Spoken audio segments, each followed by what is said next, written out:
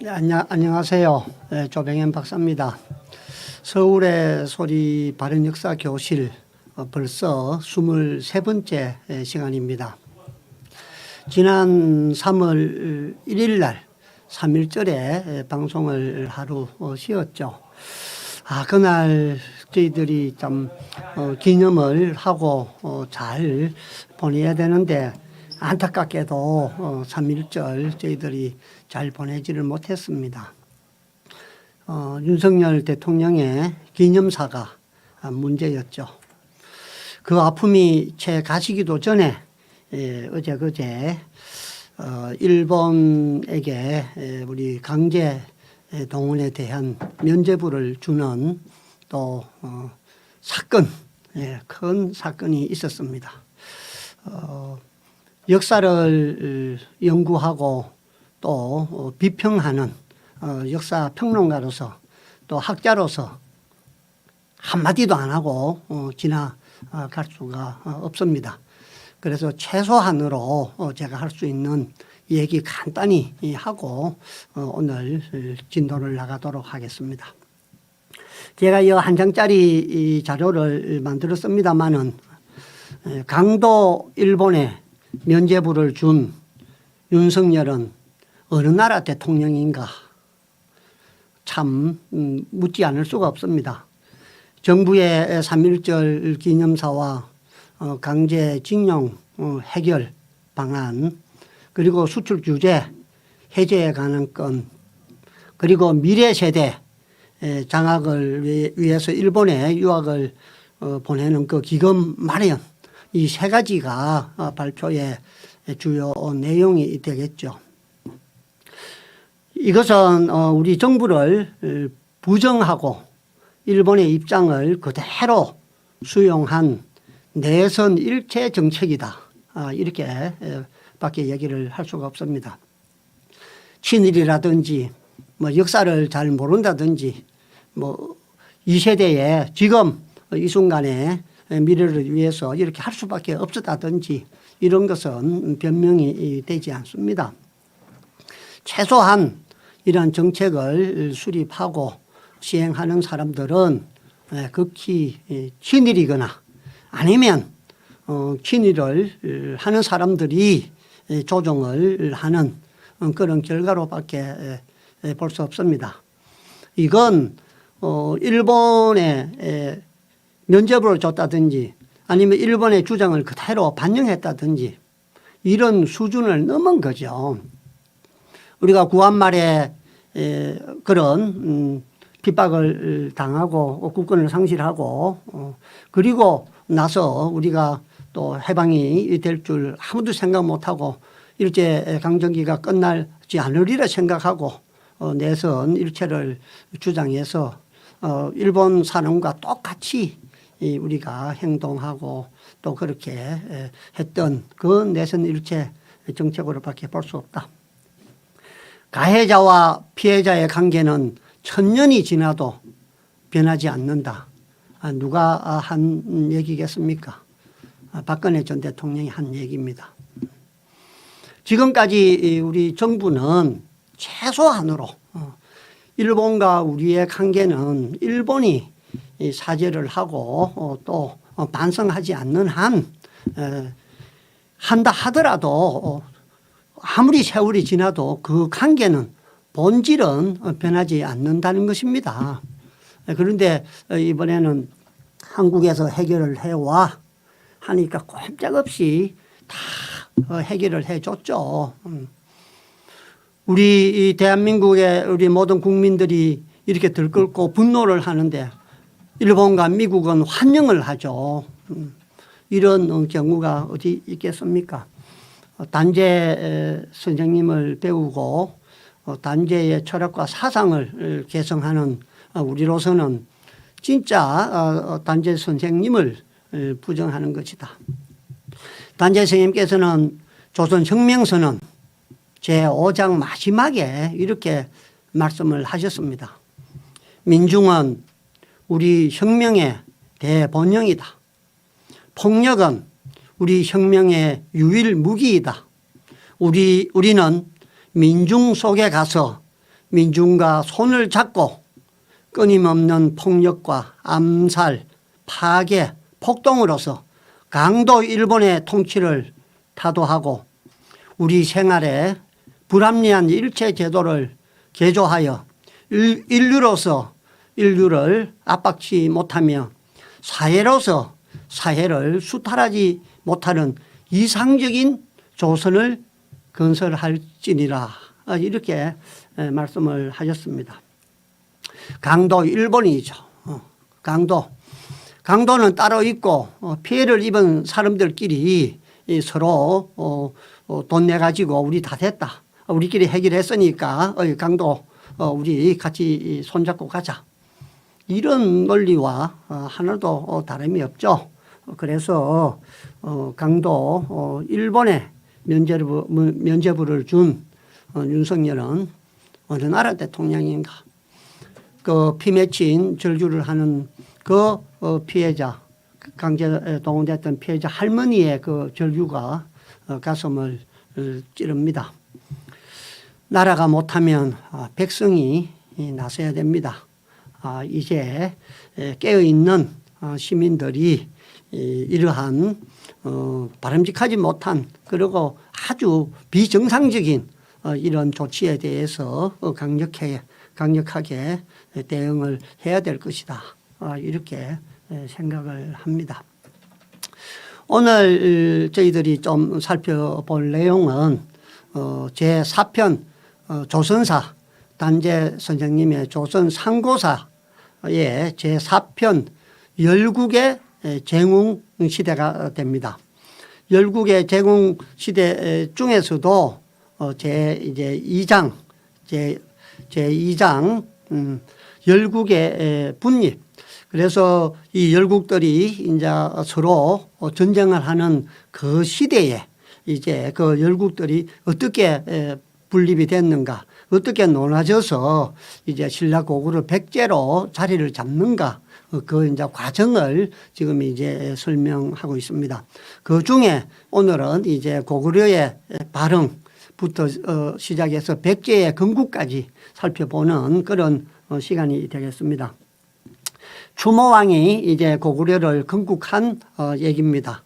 추모왕 하면 저희들이 이제 고구려 시조 주몽이라고 얘기합니다만은 그게 관계도 대항비, 호대항비에도 이제 추모라고 나와 있죠. 추모는 천생으로 용맹과 힘과 활을 잘 쏘는 이제 제주를 타고 태어났죠. 과부 소선호의 이제 재선으로 영웅 호거를 불러서 모아서 교묘하게 왕금 이래의 신화를 만들고 그것을 이용해서 이제 하늘의 아래서 이제 강생하였다. 이렇게 이제 자청을 하면서 고구려를 건국을 하게 되죠. 안으로는 열국의 신임을 받아서 정신적으로 조선을 통일을 하고 밖으로는 그의 이제 하늘에서 아래서 이제 태어났다는 이런 기이한 이제 설화를 통해서 그런 이야기를 통해서 이제 각지로 이제 퍼져나가게끔 만드는 거죠. 그렇게 해서 제왕과 인민들이 교주로 숭배하기에 이르게 됩니다. 그래서 건국한 시조는 다 이렇게 신비스러움을 가지고 있다. 하늘에서 태어났다. 이런 것을 널리 알림으로 해서 이제 교주로서도 숭배를 하게끔 이제 만드는 것이죠. 신라 문무왕은 남해에 공을 세우고 북산에 덕을 쌓았다고 하는 이제 찬사를 올렸고 또 진화 중국을 말하죠. 단재 선생님께서는 중국이라고 얘기해 본 적이 한 번도 없습니다. 진화라고 얘기를 했죠. 그래서 진화 2000년 이래의 유일한 공자를 반대하는 그 이제 동안의 학자 왕충이 이제 그의 사적에서 이제 이렇게 기록한 것을 우리가 알 수가 있습니다.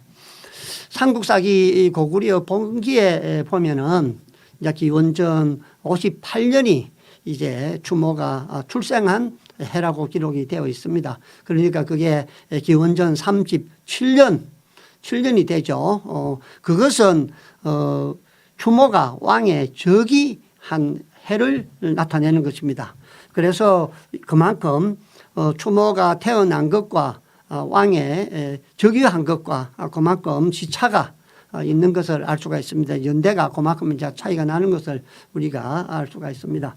추모가 이제 해모수의 아들이니까 기원전 200년경에 이제 부여가 분립이 될 때 동부여 북부여로 이리 분립할 때 출생한 때라고 보는 것이 맞습니다. 그게 이제 위만과 같은 때라고 보는 것입니다. 그래서 지금까지 우리가 705년에 그 고구려의 역사는 200년을 앞당겨서 900년으로 봐야 된다. 이런 얘기는 이제 지난번에 말씀을 드린 바가 있습니다. 기원전 2세기 말을 이제 전후해서 고리국이 있었죠. 저희들이 이 고조선의 지도를 잘 살펴보면은 만리장성을 기점으로 해서 오른쪽에 고조선이 있었고 만리장성 북쪽으로 해가지고는 고리국이 있었다는 것을 우리가 알 수가 있습니다. 그래서 고려와 고조선과 고리국은 다른 국가다. 그래서 고구려를 읽을 때 고리국으로 읽어야 된다. 고려를 고리라고 해야 된다라는 주장도 많이 있습니다만은 고리국가가 분명히 있음으로 해서 고려는 국명이 고유명사가 고려이기 때문에 고려로 읽어야지 고리로 읽으면 기존에 저때 있던 고리국과 혼선이 생기기 때문에 그렇게 읽으면 안 되는 것이죠. 그러나 일부 사람들은 이제 려가 사전에 보면은 국가 이름을 이야기할 때는 리로 읽는다 이런 표현이 있습니다. 그렇지만은 고려는 국명이기 때문에 고려를 읽어야 되고 이제 고리국은 이제 고리로 읽는 게 많습니다. 물론 고리국은 한문이 그 고려와 고리는 틀립니다만은 그렇게 읽으면 되는 거지. 국명을 리자로 읽어서 고려를 고리라고 해야 된다는 주장은 저는 타당하지 않다고 봅니다. 그래서 이 이제 고리국에서 발생한 내분으로 이제 동명으로 포기되는 집단이 남쪽으로 이주를 했는데 그게 이제 예맥 쪽이죠. 그 예맥 쪽이 이제 주거 지역에 모여서 이렇게 주거를 하는데 그 사람들이 세운 나라가 이제 바로 부여국이 됩니다. 그래서 부여국은 건국 후에 아주 빠르게 성장을 하죠. 발전을 합니다. 그렇게 빨리 성장한 것만큼 또 분화도 빨리 진행이 되죠. 그래서 기원전 1세기경에 많은 이제 부여인들이 송화강으로 제2송화강으로 거슬러 올라가서 남동쪽을 향해서 이제 청거를 하기 시작을 하죠. 이러한 것은 이제 부여의 건국 설화인 동명신화에 잘 나타나 있죠. 동명성왕의 그 시조 신화 그걸 이제 우리가 동명신화라고 얘기를 하죠. 그래서 부여족계의 집단들이 이제 모여서 이제 이 건국 신화를 가지게 되고 그거와 마찬가지로 이제 고구려에도 이제 주몽신화 추모 그 신화가 그대로 이제 적용이 되는 것을 우리가 알 수가 있습니다.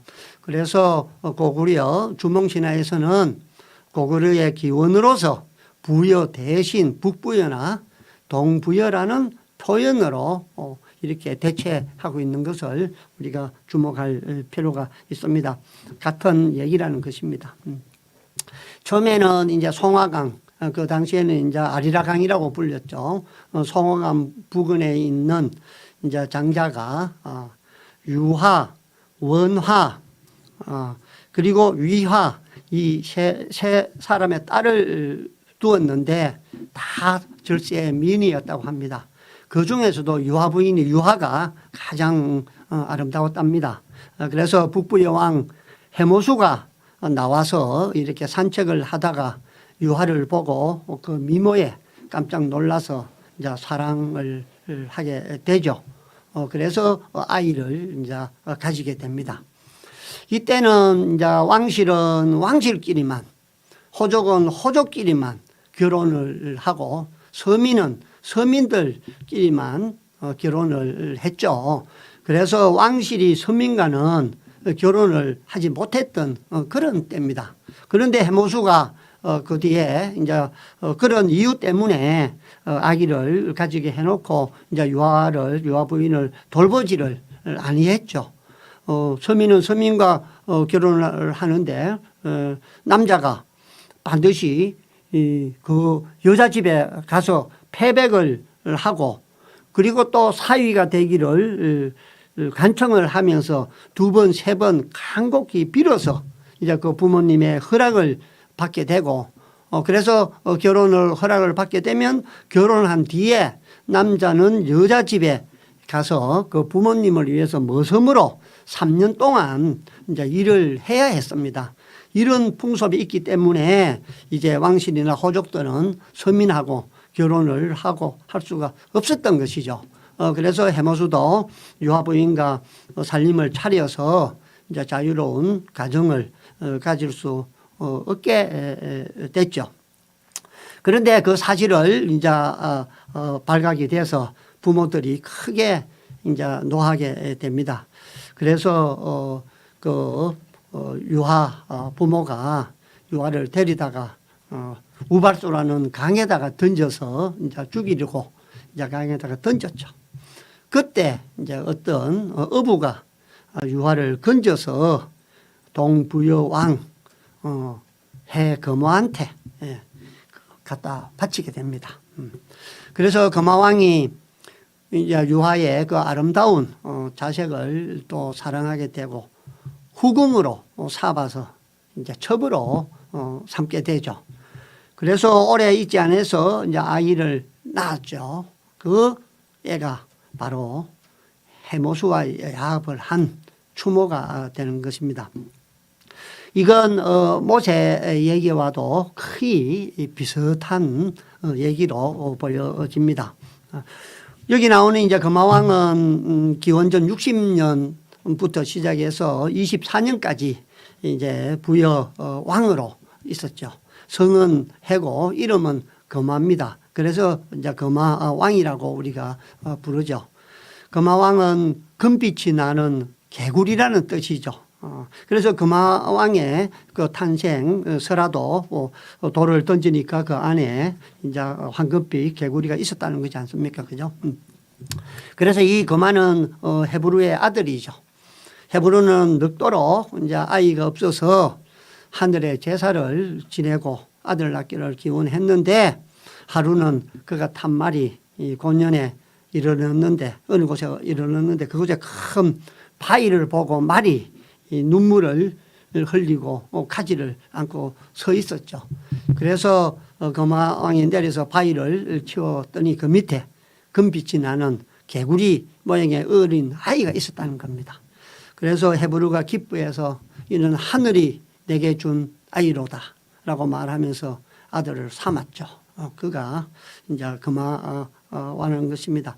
부여의 역대 왕표를 제가 쭉 부여가 분립돼서 북부여, 동부여, 갈사부, 졸본부여로 이렇게 이제 갈라지고 그때 왕들을 쭉 적어놨습니다. 졸본부여는 이제 우리가 고구려가 건립될 때 졸본부여에서 이제 유아 부인이 건너오고 100개 신라가 이제 이렇게 나누어지는 그런 과정을 겪었고, 그런데 부여에 이제 동명왕이 나오고, 그 다음에 북부여에 해무수가 나오죠. 그리고 이제 동부여에 금화왕이 나오는 것을 알 수가 있습니다.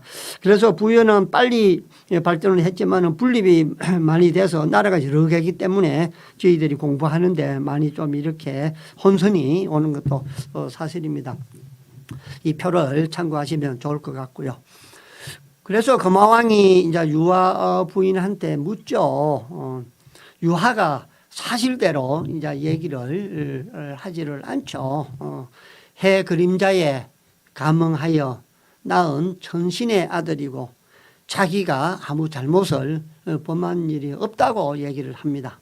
금화왕이 그 말을 믿지 않고 그 아이를 돼지에게 먹이려고 돼지 우리에 넣어도 보고 말에 밟혀 죽으라고 길에 내 던져도 보고 산짐승의 밥이 되라고 깊은 산 속에 버려도 보았는데 다 아무 소용이 없었죠.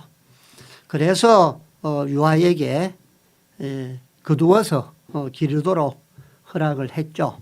그 아이가 자라서 그 또래에서 기운이 뛰어나고 활 쏘기도 잘하고 해서 이름을 추모라고 지었던 것입니다.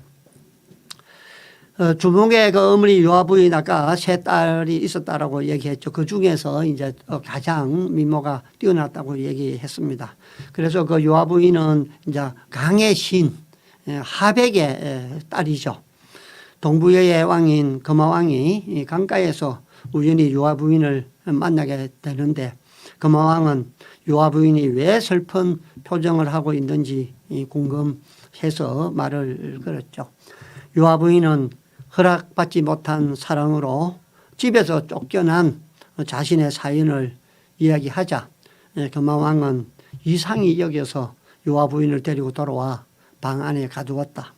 그런데 유아 부인에게 하늘에서 신비한 빛이 계속 따라다니면서 비추었다. 그 빛으로 유아는 임신을 하고 추모를 낳았다. 이렇게 전설로서 전해 내려오는 것은 우리가 참고로 이해를 하면 되겠습니다. 위서라는 책에서는 추모를 주몽이라고 쓰고 있죠. 주몽은 부여말로 활 잘 쏘는 사람을 이제 일컫는다고 풀이를 하고 있습니다.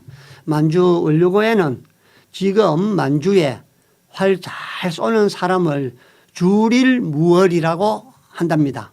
그래서 만주 원류고에 보면 만주말로 만주어로 주릴무월이라고 하는데 주몽은 바로 주릴무월에서 줄임말이다. 이렇게 만주 원류고에는 이제 나와 있는 것을 알 수가 있습니다. 그러나 광개토 대왕비에는 이제 주몽을 추모라고 얘기를 했죠. 문망의 조서에는 중모라고도 쓰이고 있습니다. 그래서 일반적으로 우리는 주몽이라고 하지만은 옛날 기록에는 다 이렇게 주몽이라고만 하지 않았다. 이렇게 할 수가 있고요.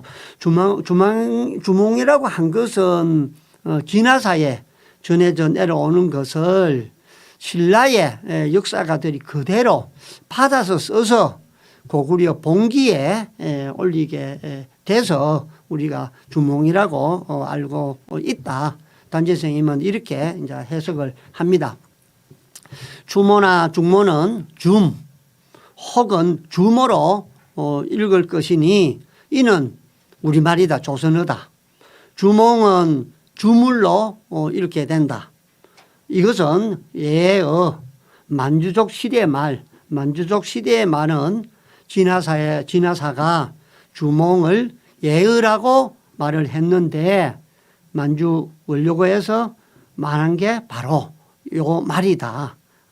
그러니까 줄일 무얼이라고 한 것이 바로 이 책에 나와서 그렇게 된 것이다. 주몽이라고 한 것이다. 그래서 단재 스님께서는 주몽이라 하지 않고 호태양비에 나와 있는 추모라는 이제 용어를 써서 앞에 제목에서도 말씀을 드린 것과 마찬가지로 추모왕의 고구려 건국이다. 이렇게 쓰시고 있는 것을 우리가 알 수가 있습니다. 그때 이제 금화왕은 설하에 7 형제를 이제 두고 있었습니다. 맏아들이 이제 대소이죠. 대소가 추모의 제주를 시기를 해서 왕에게 근하여 죽이려고 했죠. 모세의 얘기와 거의 비슷하게 흘러가는 것을 우리가 알 수가 있습니다. 늘 유하의 주선으로 화를 면합니다. 추모가 19세가 되자 이제 대궐에서 기르는 이제 말먹이 하는 일을 이제 맡도록 했습니다. 추모에게 이제 말을 먹이는 일을 시켰죠.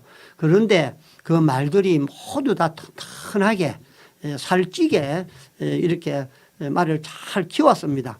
그런데 말 한 마리만 아주 허약하게 여의게 만듭니다.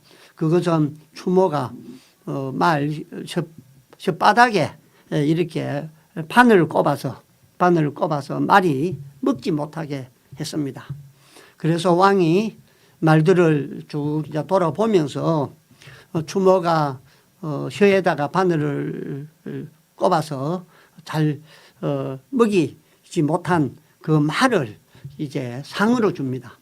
말을 다 살찌게 잘 키워서 이제 상을 주려고 하는데 좋은 말은 줄 수가 없으니까 여의고 약한 그 말을 상으로 이제 추모가 받게 됩니다. 그래서 추모는 그 말을 혀에 바늘을 이제 뽑아내고 잘 기르죠. 그러자 이제 10월이 되면 신두수 이제 축제 제를 이제 올리게 되는데 그때 이제 대제에 나가면 사냥을 하게 됩니다. 잘 키운 말을 이제 추모가 타고 사냥에 이제 참여를 하게 되죠. 왕은 추모에게 화살을 하나만 줬습니다. 추모는 말을 잘 달리고 활을 잘 쏘아 그가 잡은 짐승이 그 대소를 비롯해서 다른 형제들이 다 잡은 것보다도 더 많이 잡았답니다. 뭐 화살을 하나밖에 안 줬는데 어떻게 많이 잡았는지는 모르겠지만은 어찌됐든 간에 다른 형제들이 잡은 것보다 꼽줄을 많이 잡았다는 거죠. 그래서 대소가 안 되겠다. 더욱 더 시기를 하게 되고 기필코 죽이려고 이제 음모를 꾸미게 됩니다. 이제 추모가 이를 눈치를 채고 예씨에게 이제 장가를 듭니다. 결혼을 하고 가정을 가지면 왕위를 자리를 탐낸다든지 또 형제들한테 해가 되는 일을 안 한다. 또 안심을 주기 위해서 이제 표면적으로 가정 생활에 이제 열심히 하는 모습을 보여주려고 그렇게 이제 결혼을 하게 됩니다. 그리고 따르는 이제 세 사람, 이제 오이, 마리, 협부 세 사람과 아주 공고하게 비밀이 어머니 이제 유아한테 작별을 구하고 아내를 버리고 이제 도망을 갑니다. 졸본부여로 도망을 가게 되죠. 이때 추모의 나이가 22세였습니다. 졸본부여에 이르니 이제 이곳에 소선호라는 미인이 이제 아버지 연타발에 많은 재산을 물려받아서 헤브르 왕의 서손 우태의 아내가 되어 있는 이제 되어서 비류와 온조 두 아들을 이제 낳게 되죠. 그러자 이제 우태가 죽고 나니까 가부가 되어 있었던 겁니다. 그때 나이가 37살이었죠. 소선호가 추모를 이제 보자 서로 사랑하게 되고 결혼을 하게 됩니다.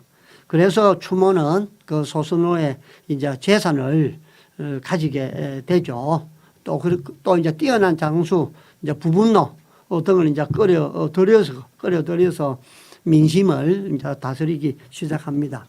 그래서 민심을 이제 거두고 나라를 경영하는 것을 이제 해서 닦아서 이제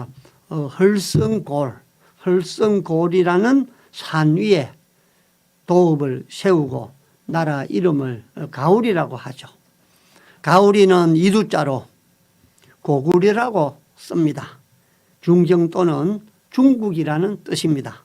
그래서 저희들이 환도산성이라든지 고구려라든지 이런 이제 성을 가 보면 저희들이 느낍니다만은 이 나라 이름을 처음에는 이제 가울이라고 했는데 그게 이두로 표현하면 고구려가 되고 그 뜻은 중경 또는 중국이라는 뜻이죠. 예, 어쩌면 한번 따져봐야 되겠습니다만 중국이라는 이 용어를 지금 이제 중국은 1910년도에 신해혁명을 손문희가 일으키고 양캐초하고 우리가 나라의 이름을 뭐라고 정할 것이냐. 그래서 진화로 할 것이냐, 중화로 할 것이냐, 중국을 할 것이냐. 이렇게 논의를 하다가 그전에는 진화라는 표현을 썼는데 중국을 하자 해서 1910년도에 지금의 중국이 탄생이 돼서 이제 중국이라는 그 국가가 생겼는데 이미 고구려 때 우리는 이두자로 중국이라는 뜻을 가진 나라를 이제 세웠다. 그 당시에는 가오리라고 했지만은 그게 이두자로 표현하면 고구려고 그걸 한문으로 표현하면 이제 중국이다. 이런 얘기가 됩니다. 아주 놀라운 것입니다. 그래서 어쩌면 중국은 우리의 국호가 됐을 수도 있다. 뭐 그런 생각도 한번 듭니다.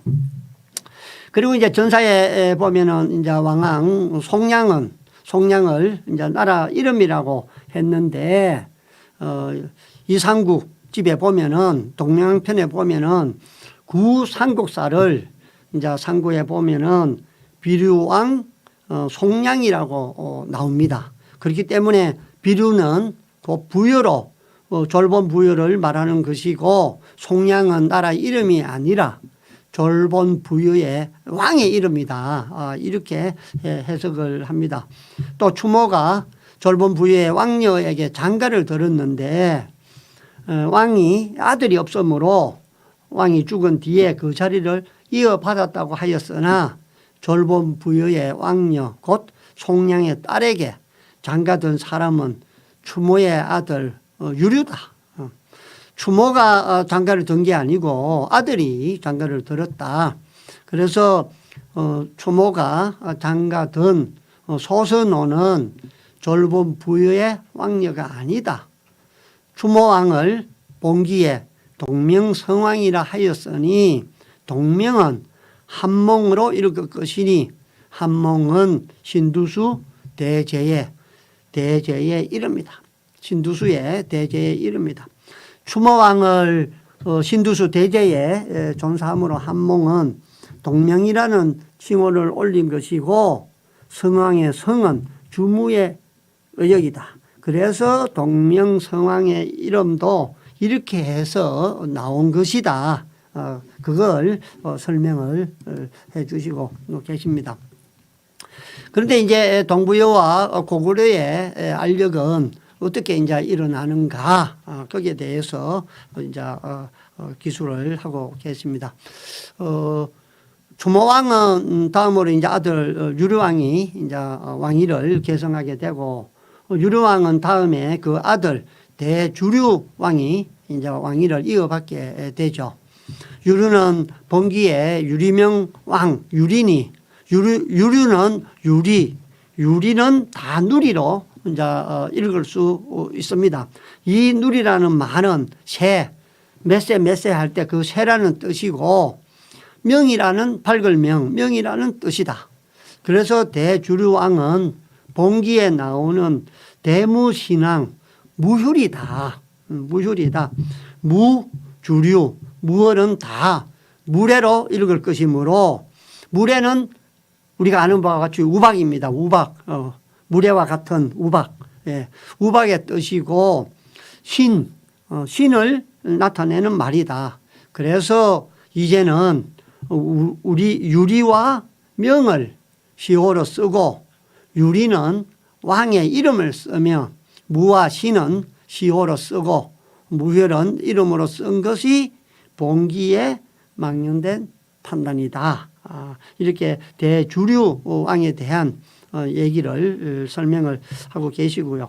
그래서 이제 여기에서는 그 비문을 쫓아서 유류로 대무신을 대주류로 쓴다. 기존에 우리가 쓴 이제 유리와 또 대무신을 이제 유류와 이제 대주류로 표현을 한다. 앞으로. 그래서 이 명칭 이름을 우리가 잘못 알고 있으니까 이제 이것을 이제 바로 잡는다는 얘기입니다. 그래서 이제 유류왕 때에 동부여가 이제 강성해지고 금왕의 아들 대소왕은 이제 왕위를 이어받게 되자 고구려에게 신한 노릇을 하기를 이제 강요를 하게 됩니다. 그러면서 볼모를 보내라. 아들을 볼모로 보내라고 해서 왕이 그대로 하려고 하다가 두 태자를 이제 희생을 하게 됩니다. 첫째 태자는 이제 도절이라는 이제 태자인데 유류왕이 동부에 볼모로 보내려고 하였으나 도절이 듣지 아니하자 왕이 크게 노예섬으로 도절이 화병이 나서 울분으로 병이 나서 죽게 되죠. 두 번째 태자는 이제 해명인데 이름이 해명인데 그는 이제 용맹이 아주 뛰어났었죠. 유류왕이 동부의 침략을 두려워해서 국내성 지금 이제 저희들이 알고 있는 집안에 있는 그 국내성이죠. 지금 아파트로 이렇게 둘러싸이고 성벽만 조금 남아 있습니다만은 그 이제 국내성으로 이제 수도를 이제 옮기고 그러자 해명이 이를 급약한 일이라 하여 따라가지 아니해서 그 아들은 그 수도를 옮기는데 반대를 해서 따라가지 않아서 이제 두 번째 태자도 이제 이렇게 되었다는 얘기입니다. 북부의 왕이 해명에게 강한 활을 보내서 그 힘을 이제 실험해 보고자 하자 해명이 그 자리에서 이제 할 시위를 당겨서 이제 꺾어 보였죠. 그래서 북부의 사람의 힘을 없음을 이제 조롱을 합니다. 그래서 북부의 왕이 힘이 없고 한 것을 이제 실험해 보려고 보냈는데 활을 보냈는데 멋지게 당겨서 활을 부러뜨렸다는 얘기죠. 그래서 북부의 사람들이 너희들이 오히려 힘이 없는 것이 않느냐 이렇게 약한 활을 나한테 줬으니까 너희들이 힘을 없다 이렇게 이제 조롱을 했다는 것이죠. 왕이 이 말을 듣고는 해명이 장차 이 나라를 위태롭게 할 인물이다. 그래서 처음에는 북부에 보내서 북부의 왕이 죽이도록 만들려고 했는데 북부의 왕이 해명을 공경하고 사랑하게 돼서 그 아주 후하게 대접을 해서 그렇게 나중에 도로 돌려 보냈습니다. 그래서 유류왕은 더욱 이제 부끄럽고 분하게 생각이 들어서 해명을 칼을 주어서 자결을 하도록 이제 요구를 했죠. 그래서 해명은 스스로 자결을 해서 죽게 됩니다.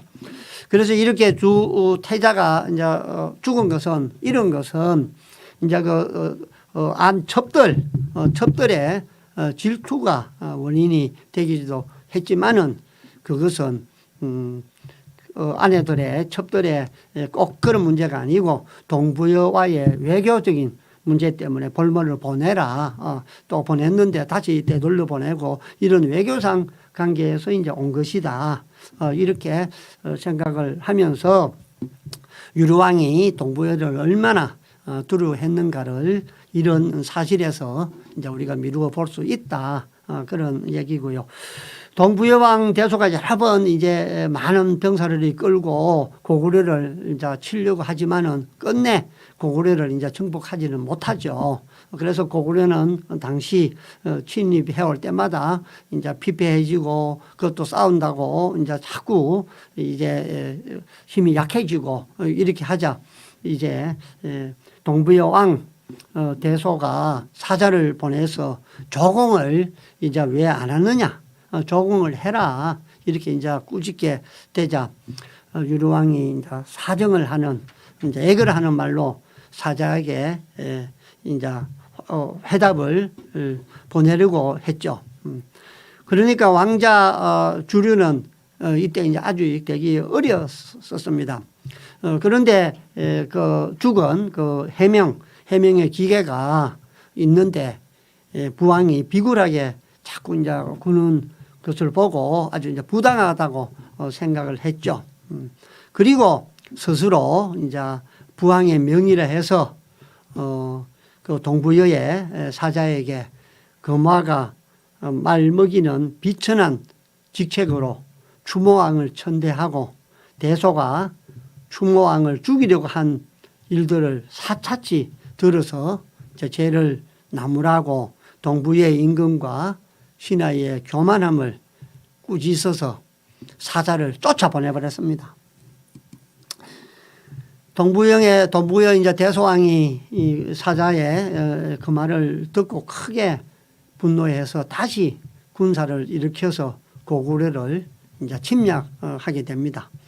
유루왕은 왕자 주류 때문에 전쟁이 일어났다고 매우 노했으나 이제 나이가 또 많이 들고 해서 주류를 앞에 두 아들, 두 태자 도질과 해명처럼 죽일 수도 없고 그래서 나라의 병마를 이런 우환을 모두 이제 병마를 모두 주류한테 내주어서 이제 싸우라고 얘기를 합니다. 나가서 싸워라. 그런데 주류가 아무리 생각을 해도 동부여의 군사는 많고 또 우리 고구려는 되게 적은데 또 동부여는 기마병들인데 우리 고구려는 보병 위주로 짜여 있어서 이 보병으로는 그 많은 마병들과 이제 들판에서 싸우는 게 불리하다. 이제 이런 생각을 하게 됩니다. 그래서 동부여 군사가 이제 학반령이라는 고개를 지나갈 때 그 골짜기에 이제 복병을 시켜서 매복을 시켜서 이제 동부여 군사들을 한꺼번에 이제 공격을 하게 되죠. 길이 험하고 좁아서 말들이 불편해서 제대로 싸우지를 못하죠. 그러자 이제 동부여 병사들이 이 말을 버리고 달아나 버립니다. 그래서 이제 그 동부여 병사들이 말을 버리고 좀 더 산으로 올라가니까 적군을 뒤쫓아가서 섬멸을 하고 말을 많이 이제 뺏게 됩니다. 동부여의 정예 군대가 고구려 싸움에서 전멸을 하죠.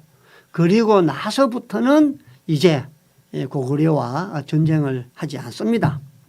그래서 이 싸움이 이제 끝나고 나서 주류가 이제 태자로 봉해지죠. 그래서 태자가 되면서 이제 모든 권한을 전부 다 이제 주류가 갖게 됩니다. 그래서 대주류왕이 이제 동부여를 이제 정복하게 됩니다. 대주류왕이 이제 학반령 싸움에서 동부여를 크게 무찌르고 유류왕의 뒤를 이어서 이제 왕위에 오른 지 이제 4년 만에 이제 5만 명의 군사를 키워서 양성을 해서 이제 북불 동부여를 쳐로 들어가는 싸움을 이제 일으키게 됩니다. 그래서 동부여로 이제 쳐들어갔는데 도중에 이제 창을 잘 쓰는 마로와 칼을 잘 쓰는 이제 괴유를 이제 앞에 세워서 가시라는 이제 남쪽에 이르러서 이제 진흙으로 된 구렁텅이 섭지에 들어가게 됩니다. 그 섭지 앞에 이제 진을 쳐게 되는데 대소왕이 이제 동부여의 대소왕이 말을 타고 몸소 이제 이 고구려 진으로 쳐들어오다가 말들이 그 진구렁텅이에 빠지게 되죠. 그래서 계유가 그 대소왕의 목을 칼로 베어버립니다. 그래서 결국은 이제 동부여를 이제 정복을 하게 됩니다. 유류왕이 이 당시에 고구려는 동부여에 굴욕을 당하며 두 태자 도절과 해명이 이제 죽는 비극을 겪게 되고 이에 이제 붕괴한 세 번째 이제 아들 이제 주류가 동부여에 맞서서 싸워서 이제 학반령 전투에서 이기게 되고 그래서 당시 이 병사나 수나 또 힘이나 여러 가지 정치적 상황으로 봤을 때 고구려가 불리했는데도 참 좌절하지 않고 아주 절대적인 열세를 뒤집어서 이제 승리를 한 대역전 전투를 이제 일으키게 돼서 고구려가 부흥의 길로 이제 들어서게 됩니다. 대소왕이 죽었으나 동부의 사람들은 이제 또 힘을 모아서 분발해서 이제 대소왕의 원수를 갚으려고 이제 대주류왕을 이제 겹겹이 이제 포위를 하게 되죠. 그때 이제 마로는 전사를 하게 되고 또 괴유는 부상을 당하게 됩니다. 그리고 고구려의 이제 사상자가 헤아릴 수 없이 많죠. 그런 이제 역경 속에서 대주왕은 포위를 뚫고 나오려고 했으나 이제 그게 마음대로 되지를 않고 이래를 이제 굶으면서 이제 버텼는데 마침 이제 안개가 확 일어나면서 지척을 분간할 수 없는 이제 이런 이제 상황이 됐습니다. 하늘이 도와준 거죠. 그래서 대주류왕이 풀로 이제 풀을 베어 가지고 사람 모습을 만들어서 세워놓고 나머지 군사들을 이끌고 사이길로 이제 도망을 치게 되죠. 그리고 나서 이제 정군들이 이제 피로하고 움직일 수가 없으니까 산 짐승들을 이제 잡아먹으면서 겨우 이제 복귀를 하게 됩니다. 이 싸움에서는 동부여가 승리하기는 했으나 대소왕이 죽고 태자가 없어서 대소왕이 여러 이제 그 형제들 중에서 왕위를 이제 다투게 되고 그로 인해 가지고 이제 동부여가 아주 어지러워지게 됩니다. 그래서 계제 모갑은 이제 어느 형제 이름을 모르는 사람이 이제 100명과 함께 남가시라 하면 남옥저를 얘기를 합니다. 남옥저에 이제 사냥을 하고 있을 때 해두왕이 습격을 해서 죽이고 군사를 모아서 남가시라를 완전히 이제 평정을 하게 되죠. 이게 이제 남동부여라고 얘기를 합니다. 그래서 또 이제 다른 형제 모을은 고도에서 스스로 또 일어납니다. 그게 이제 동부여라는 얘기입니다. 그래서 지도에 보면은 동부여와 이제 북부여, 원래 부여가 이렇게 분립이 되는 것을 이제 저희들이 알 수가 있고요.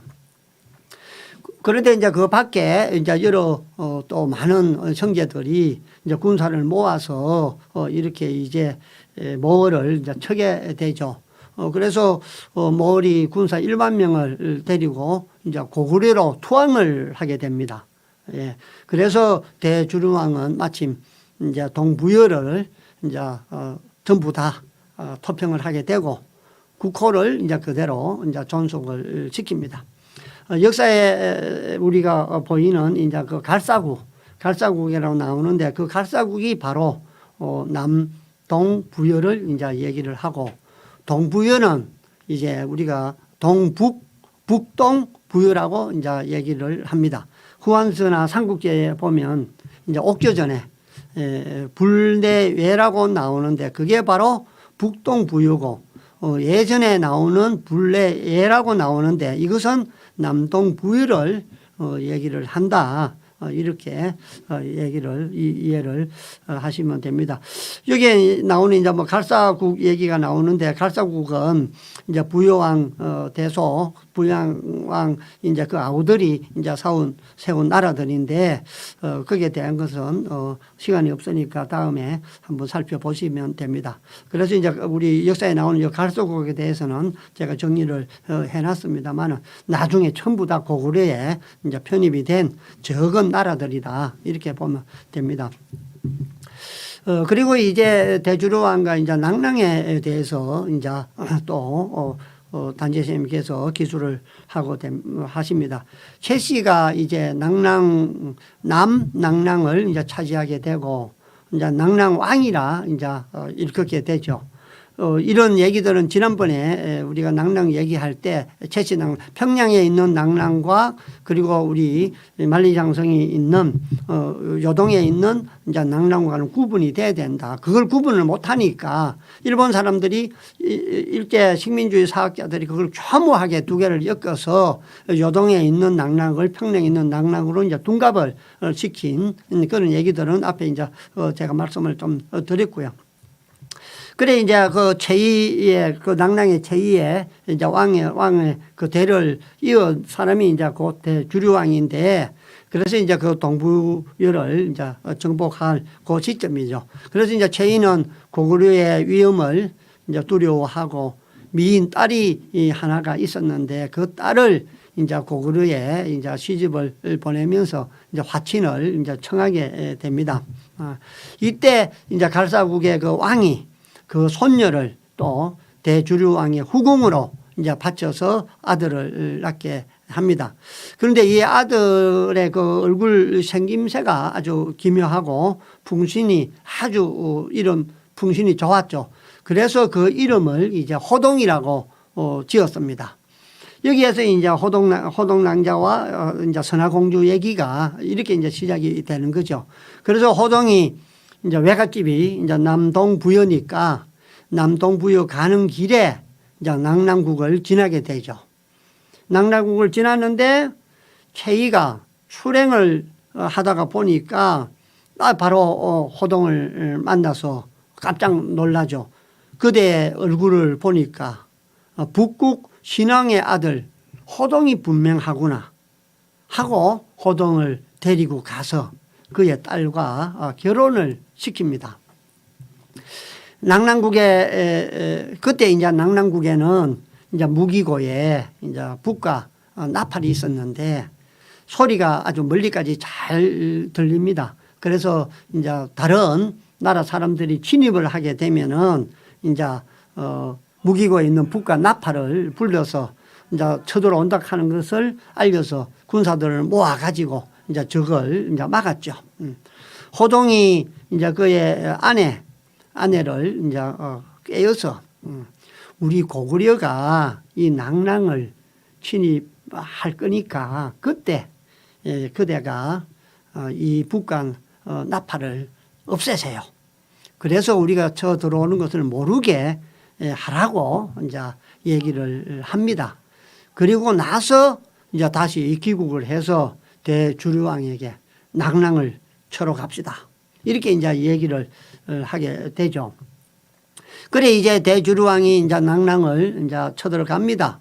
그때 이제 최희가 무기고에 가가지고 북과 이제 나팔을 이제 울리려고 무기고에 들어가 보니까 북과 나팔이 산산이 부서져 있었죠.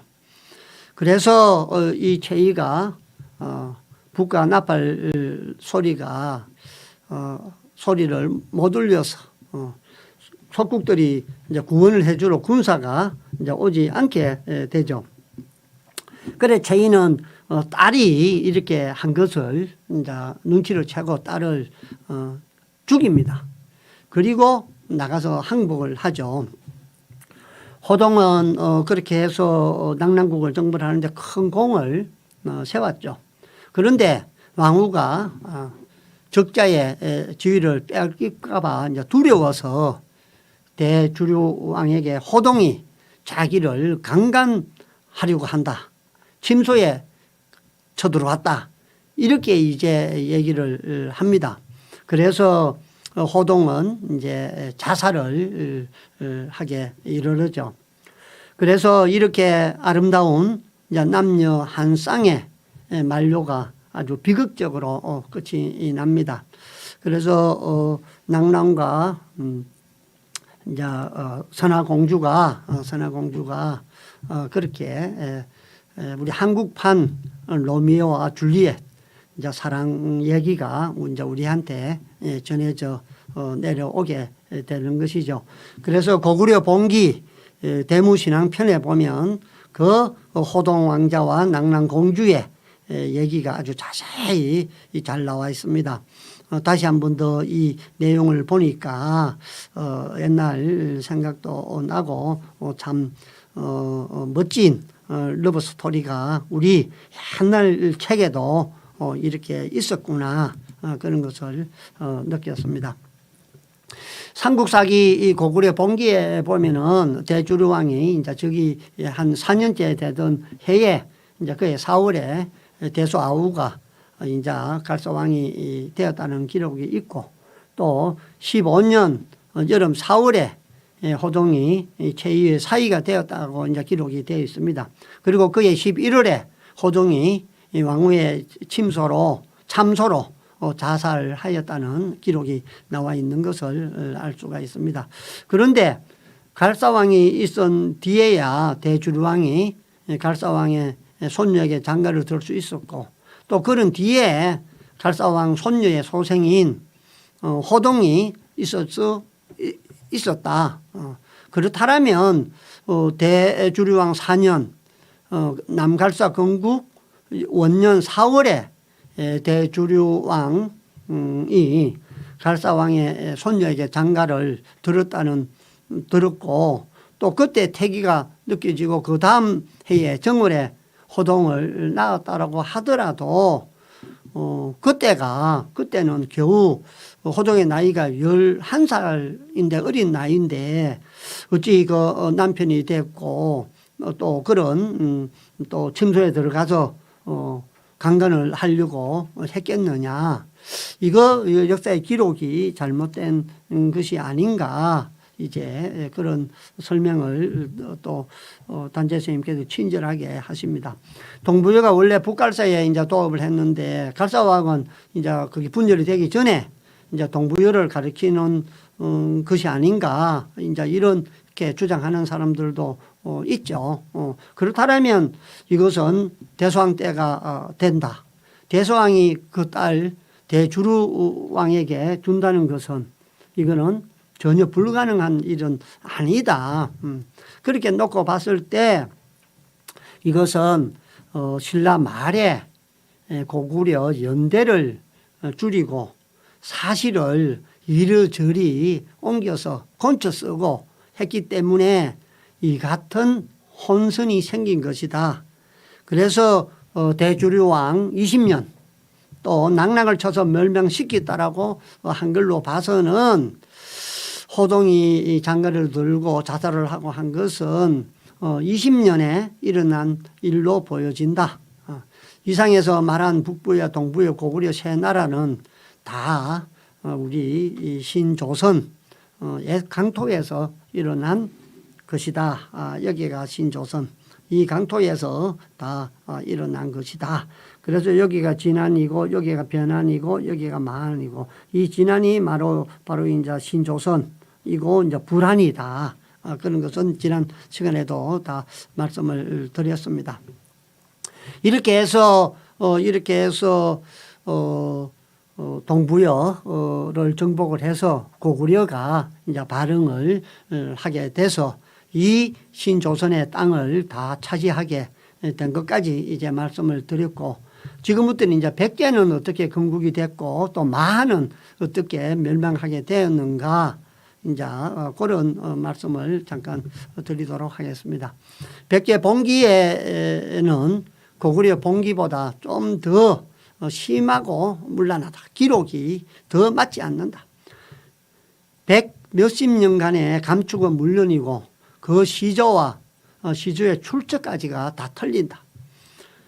백제의 시조는 소순호 여대왕이니 하북 유래성 지금의 이제 한양이죠. 우리 서울이죠. 도읍을 정하고 그가 죽은 뒤에 비류와 온조 두 아들이 분립해서 한 사람은 미추홀 지금의 우리가 인천 미추홀구가 그래서 생겼지 않습니까? 미추홀구에 또 한 사람은 하남 지금 위례 신도시입니다. 위례에 도읍을 하여 비류는 망하고 온조가 왕이 되었다라는 이제 얘기죠. 봉기에는 소순호를 쏙 빼놓고 그 편 첫머리에 비류와 온조 또 미추홀과 하남 위례홀의 불림에 대해서만 기록을 하고 있습니다.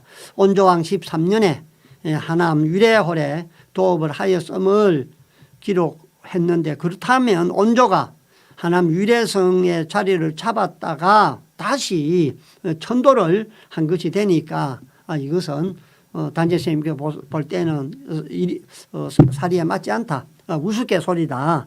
이렇게 말씀을 하시면서 이게 첫 번째로 잘못된 것이다. 이렇게 이제 말씀을 합니다.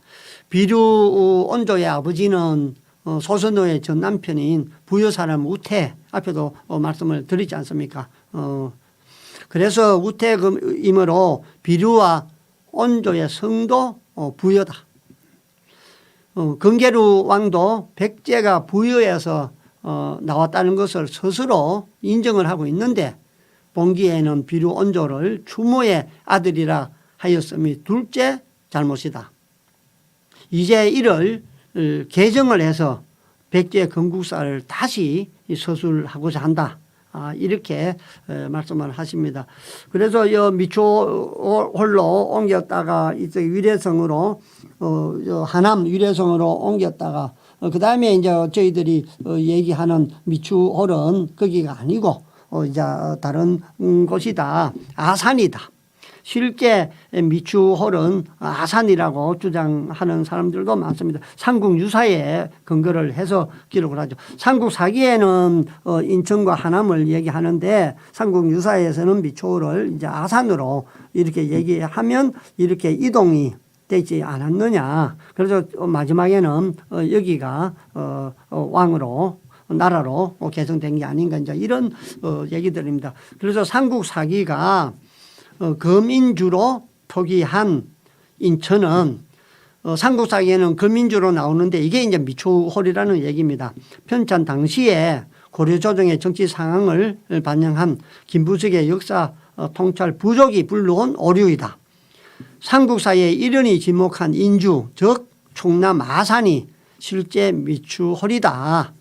이런 것은 이제 백제 역사의 통곡이라는 논영 출판사에서 나온 책에도 보면 이런 얘기들이 있습니다. 그래서 여기 미추홀과 그다음에 아산과 그다음에 위례의 관계는 좀 더 저희들이 살펴봐야 되는데 일단 단재 선생님께서는 쭉 그 내용을 정리를 하십니다. 소선호가 우태의 아들로서 아내 비류온조 두 아들을 낳고 가부가 되었다가 이제 추모 왕한테 개가를 해서 이제 재산을 다 기울여서 바쳐서 추모 왕을 도와서 고구려를 세우게 했고, 그래서 추모 왕이 그때 이제 소선원을 정궁으로 대우하고 비류온조 두 아들을 친자식과 같이 이제 사랑을 했죠. 유류가 그 어머니 예씨와 함께 동부에서 쫓아오니까 예씨가 이제 왕후가 됐죠.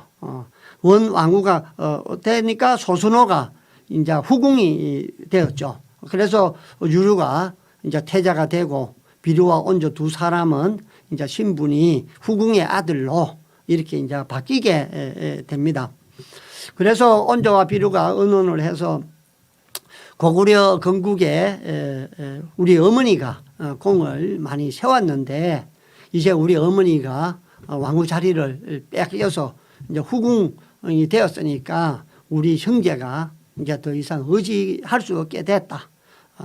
그래서 우리 대왕이 지금 살아 계실 때도 우리가 이렇게 이제 핍박을 당하고 있는데 우리 대왕께서 돌아가시면 그리고 또 유류가 왕이 되면 이제 우리가 어떻게 되겠는가 걱정을 하게 됩니다. 그래서 차라리 대왕이 살아 계실 때 미리 어머니를 모시고 딴 곳으로 가자.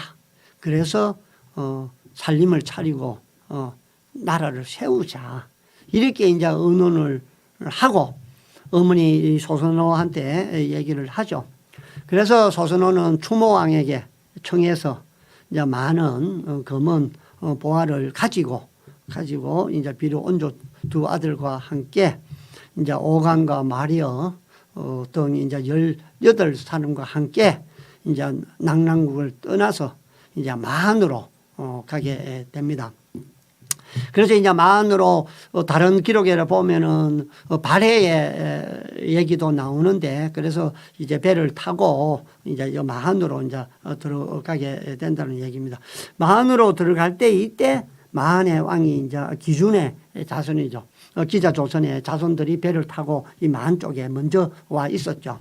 소선호가 마한 왕한테 이제 뇌물을 바치고 서북 쪽 백리의 땅을 이제 미추홀, 지금의 인천과 하북 위례홀, 그리고 지금의 이제 한양 이쪽을 이제 얻어서 이제 나라 이름을 국호라 나라 이름을 이제 백제라고 하게 되죠.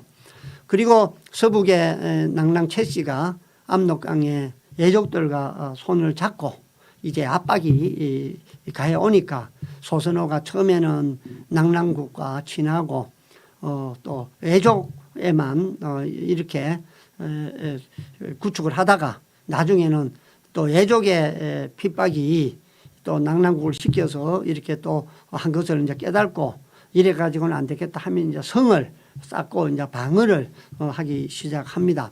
그래서 백제 봉기 낭랑왕이라 태수라고 이제 기록이 되어 있는데 이것은 100 몇십 년의 연도를 줄인 뒤에 그 줄인 연대를 가지고 진화의 연대와 대조한 결과로 낭랑을 한군이라고 한다. 한사군이라고 한다. 그래서 낭랑태수라고 쓴 것이다. 예라고 쓰지 않고 말갈이라고 썼는데 이것은 신라 말엽에 예를 말갈이라고 한 당나라 사람의 글을 많이 보고 마침내 고기에 옛날 책에 나와 있는 예를 모두 다 말갈로 곤쳐서 써버렸다. 이렇게 연도를 백 몇십 년을 줄이고 이렇게 이름도 다 바꿔서 우리 민족들이 다스리고 세운 것이 아닌 것처럼 말갈로 이렇게 다 고쳐버렸다는 겁니다. 그래서 이제 이 소선호가 죽은 뒤에 이제 두 아들이 다시 또 이제 분국을 이제 하기 시작하죠. 그래서 소선호가 13년 왕에 이제 재위한 지 13만에 죽으니까 소선호가 조선 사상 처음으로 나라를 세운 사람이다. 단재 스님은 이제 이렇게 보시는 겁니다.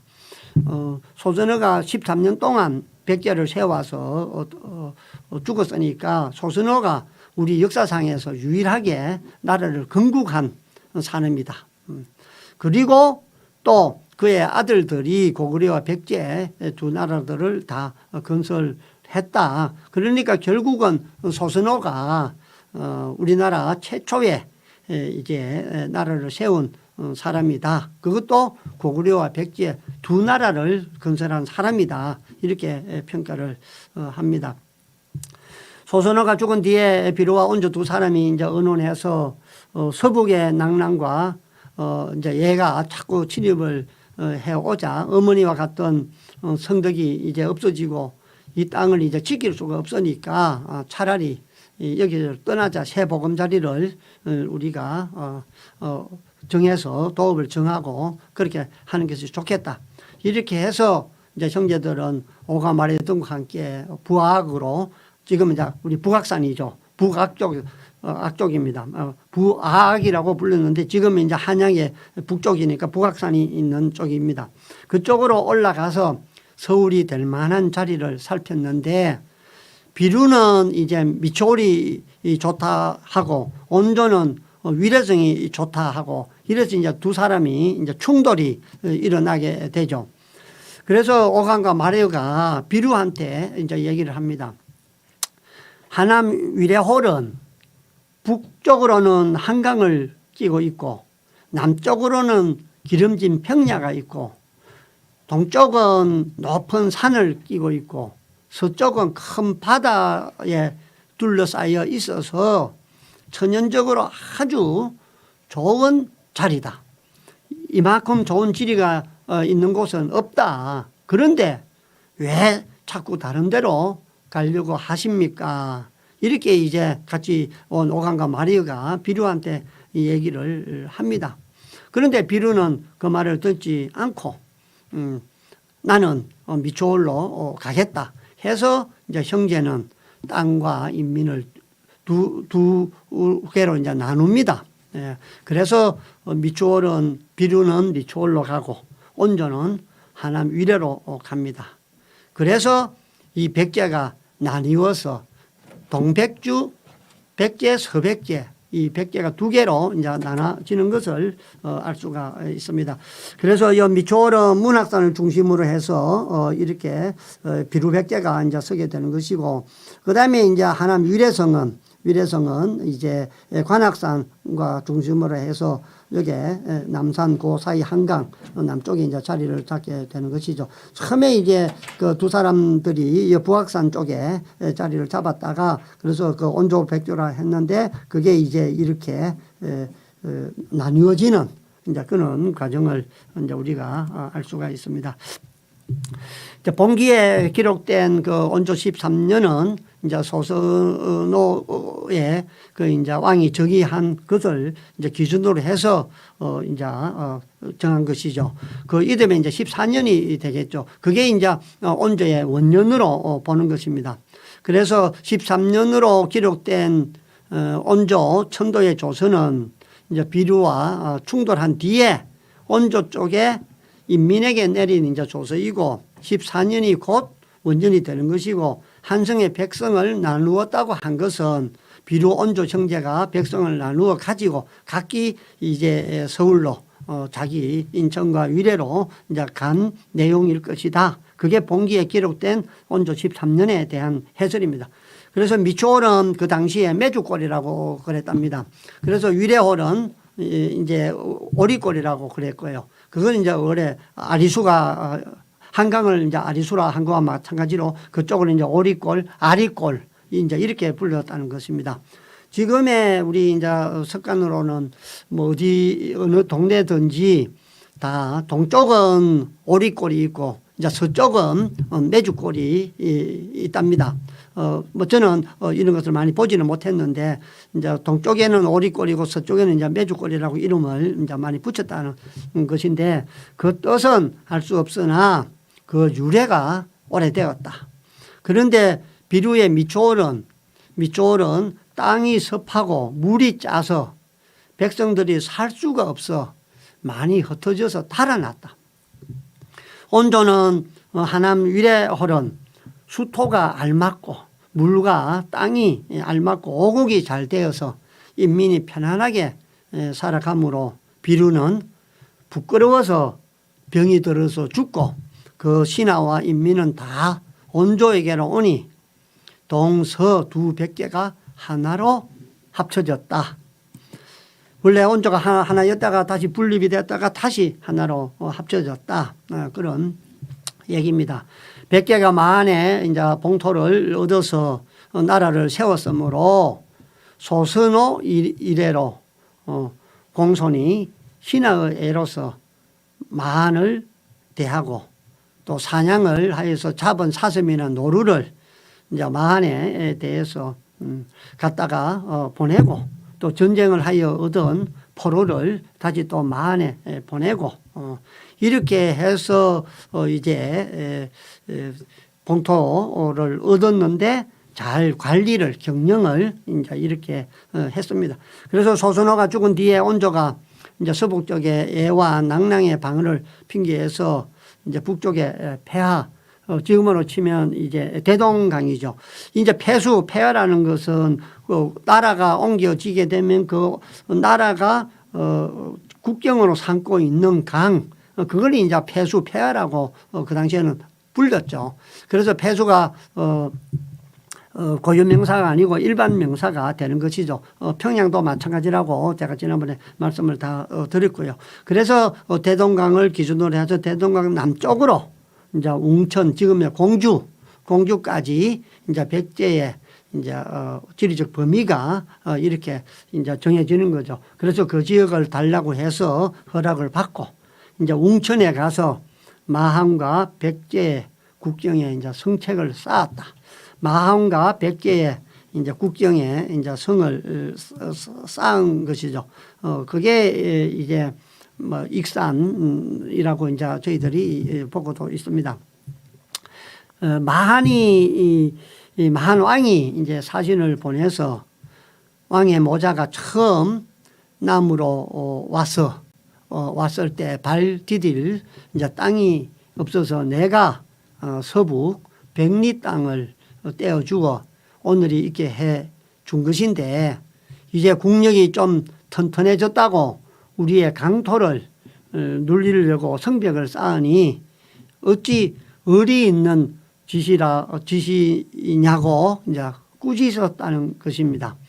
그래서 이 이제 마한 왕이 사신을 보내서 이렇게 했다는 것인데, 그래서 마한에 대해서는 저희들이 사실은 많이 공부를 하지 못해서 잘 모릅니다만은 제가 마한에 대해서 지난번에 좀 말씀을 드렸고 다시 좀 더 내용을 정리를 해서 이렇게 적어 놨습니다. 그래서 마한은 충청도와 경기도와 충청도 전라도에 이렇게 많은 나라들이 대개 이제 거수국이라고 그러죠. 연방 많은 나라들이 있었는데 54개의 나라가 있던 이제 연방국이었죠.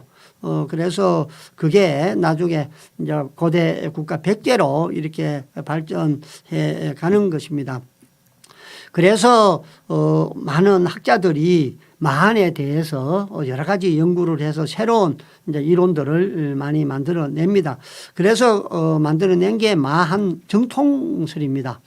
조선 후기에도 국학계열의 실학자들이 의해서 발행한 마한 정통론이 있습니다. 사만 정통론이라고도 얘기를 합니다. 단재 스님 얘기와도 일치가 되죠.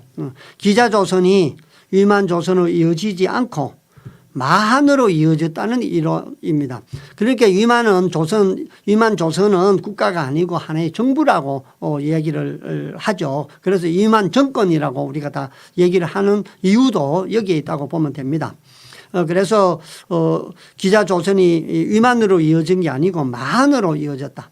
그 이유는 위만을 찬탈자로 유교적 사상에 근거하여 적통으로 볼 수 없고 적통인 기준왕이 쫓겨 내려가 마한의 왕이 되었기 때문에 기자조선의 적통은 마한으로 이어진다는 것이다. 그래서 기자의 혈통과 유지는 마한, 더 넓게는 사만으로 계승되었고 사만은 한국사로 이어진다고 본다. 이게 마한에 대한 연구를 한 결과 마한 정통설로 이렇게 일부 많이 받아들여지고 그게 또 의견을 같이 하는 사람이 많은 것을 이제 우리가 알 수가 있습니다. 온조는 그러한 마한 왕의 꾸짖음에 한편이 이제 부끄러워 하늘 이제 보이면서 성을 이제 헐었죠. 성을 헐고 좌우에 마한 왕의 정치가 옳은 길을 잃어 나라의 형세가 자꾸 쇠약해지니 이제 취하지 아니하면 남에게 돌아갈 것이다 하고 오래되지 않아서 이제 사냥을 한다는 핑계로 군사를 끌고 나가서 마한을 이제 습격을 하게 됩니다.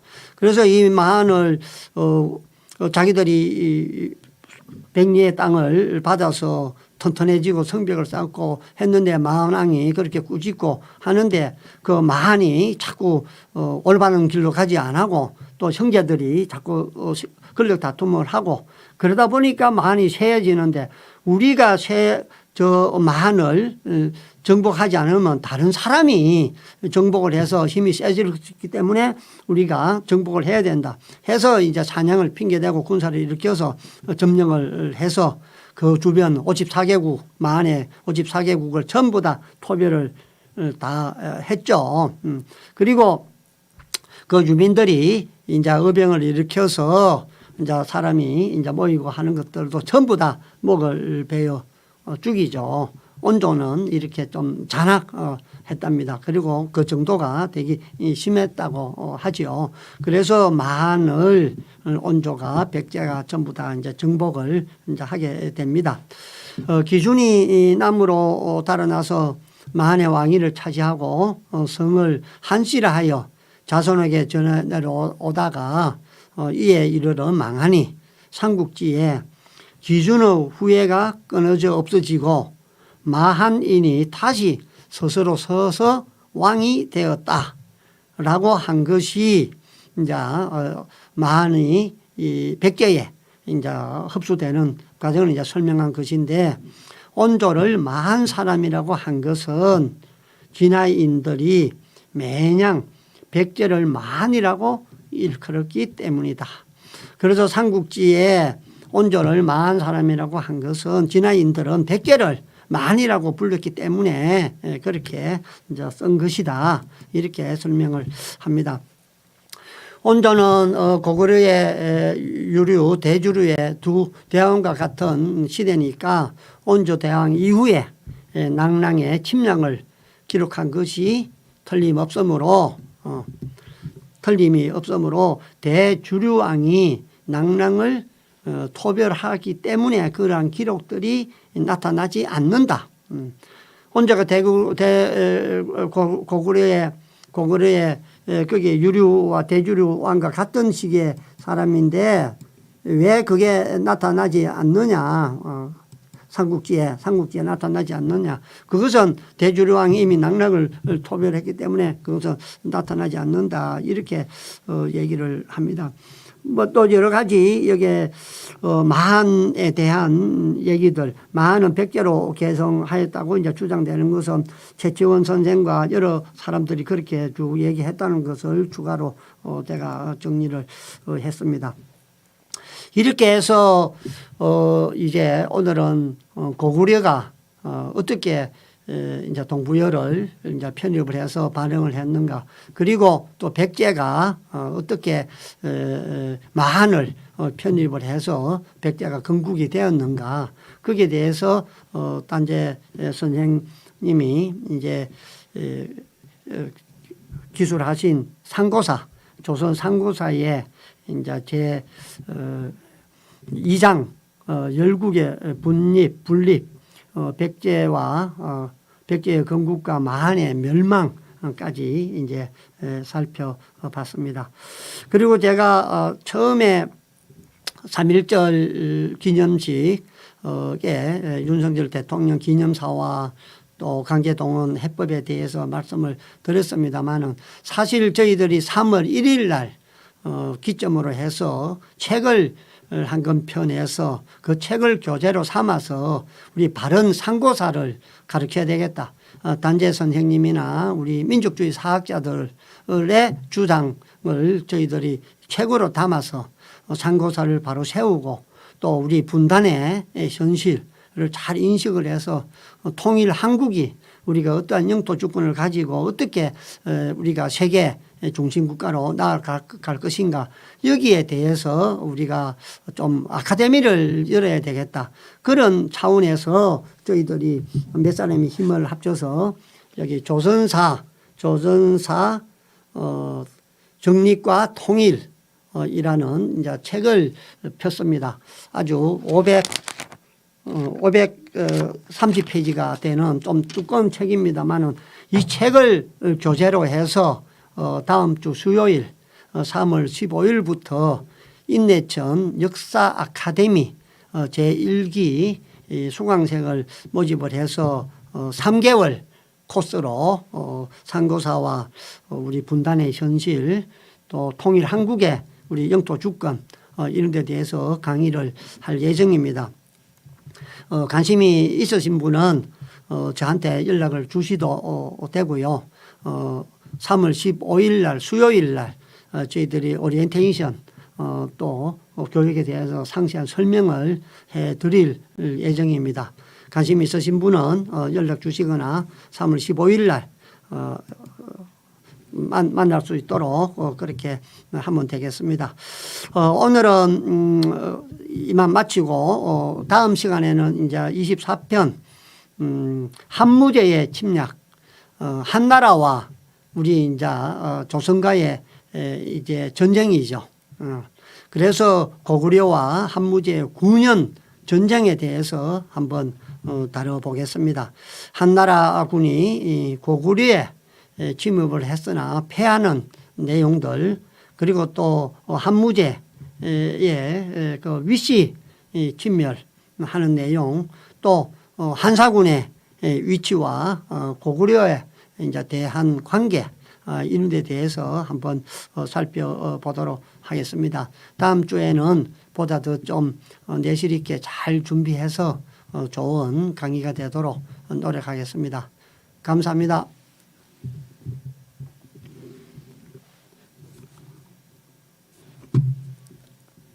이거 끄야 되는데 리모컨 그걸 내가 안 받았네.